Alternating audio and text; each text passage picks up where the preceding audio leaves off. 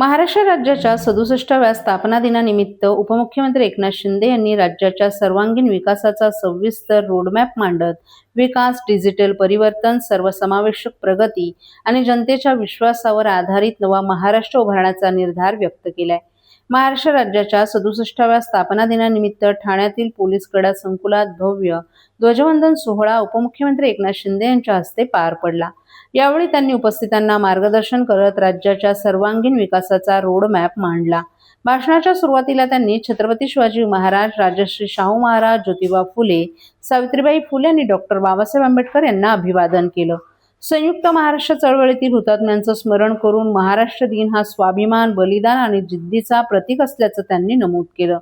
महाराष्ट्राला देशातील पहिली $1 ट्रिलियन अर्थव्यवस्था बनवण्याचा विश्वास व्यक्त करत त्यांनी राज्य आधीच देशातील अग्रगण्य मॅन्युफॅक्चरिंग हब असून सर्वाधिक थेट परकीय गुंतवणूक आकर्षित करत असल्याचं सांगितलं. समृद्धी महामार्ग, मेट्रो, कोस्टल रोड यांसारख्या पायाभूत प्रकल्पांमुळे राज्याच्या विकासाला वेग मिळत असून पुढील 2 ते 3 वर्षात महाराष्ट्र जागतिक स्तरावर स्पर्धा करू शकेल असा विश्वास उपमुख्यमंत्री शिंदे यांनी व्यक्त केला. ठाणे जिल्ह्याचा विशेष उल्लेख करत त्यांनी 337 kilometre metro network, Ghatkopar, Thane, Mira Bhayandar, Bhiwandi, Kalyan connectivity तसंच स्पॉट टॅक्सी आणि कोस्टल रोड यांसारख्या उपक्रमांमुळे वाहतूक व्यवस्था अधिक सुलभ होत असल्याचं सांगितलं. शहराबाहेरील मार्गामुळे वाहतूक कोंडी कमी करण्यासाठी प्रभावी पावलं उचलली जात असल्याचं त्यांनी अधोरेखित केलं. प्रशासनात डिजिटल क्रांती घडवत जिल्हाधिकारी कार्यालय राज्यात 3ऱ्या क्रमांकावर पोहोचलं असून 100% डिजिटल कामकाज राबवलं जात असून 160 ग्रामपंचायती सेवा केंद्राशी जोडल्या गेल्या आहेत, तर 1000हून अधिक सेवा नागरिकांना उपलब्ध करून दिल्याचं सांगितलं. आतापर्यंत 5500 पेक्षा अधिक घरपोच सेवा देण्यात आल्या असून सरकार नागरिकांच्या दारी ही संकल्पना प्रभावीपणे राबवली जात असल्याचं त्यांनी सांगितलं. कृषी क्षेत्रात आधुनिक शेती पद्धतीसोबतच पारंपरिक बियाणांचं संवर्धन केलं जात असून उत्पादन आणि उत्पन्न वाढवण्यासाठी विविध प्रयोग राबवले जात आहेत. आरोग्य क्षेत्रात मोठी झेप घेत HPV लसीकरण मोहिमेद्वारे मुलींचं संरक्षण केलं जात आहे. शिक्षण आणि कौशल्य विकास क्षेत्रात विद्यार्थ्यांना इस्रोपर्यंत पोहोचवण्याची संधी मिळते.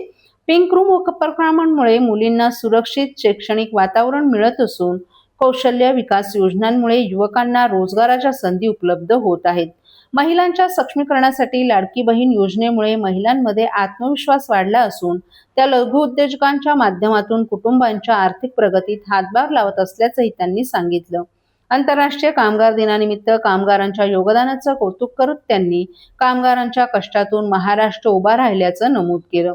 पर्यावरण संवर्धनासाठी 2047 पर्यंत 300 कोटी वृक्ष लागवडीचा संकल्प करण्यात आला असून दरवर्षी 1 लाख वृक्ष लागवडीचं उद्दिष्ट ठेवण्यात आलं आहे. राज्यातील जनतेनं महायुती सरकारवर विश्वास दाखवला असून राजकारण नव्हे, विकास हाच आमचा अजेंडा असल्याचं स्पष्ट करत त्यांनी विकासाचा वेग कायम ठेवण्याचा निर्धार व्यक्त केलाय.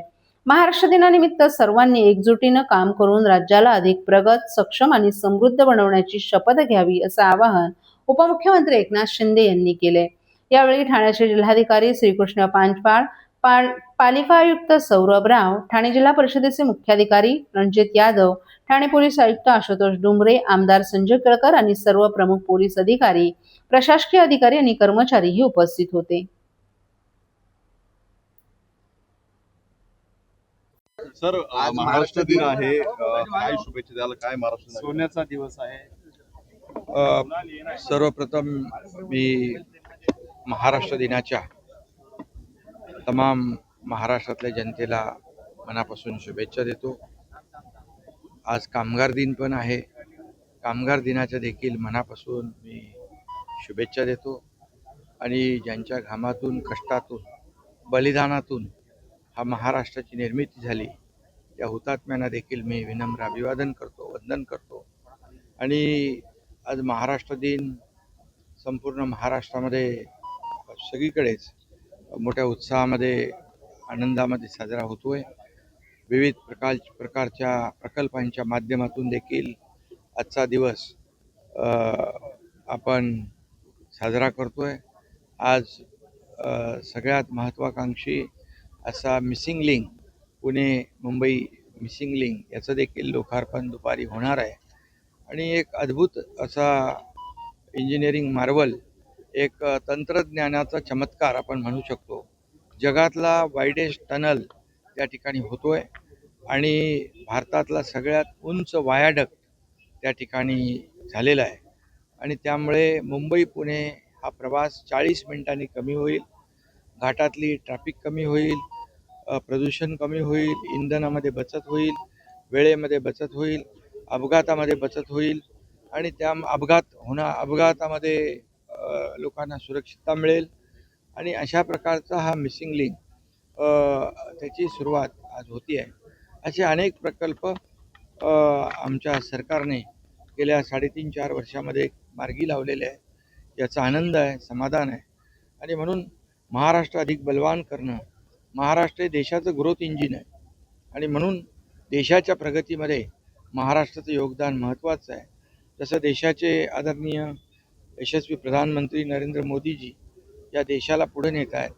देशाला आर्थिक महासत्ता बनवण्याचा संकल्प त्यांनी घेतला आहे.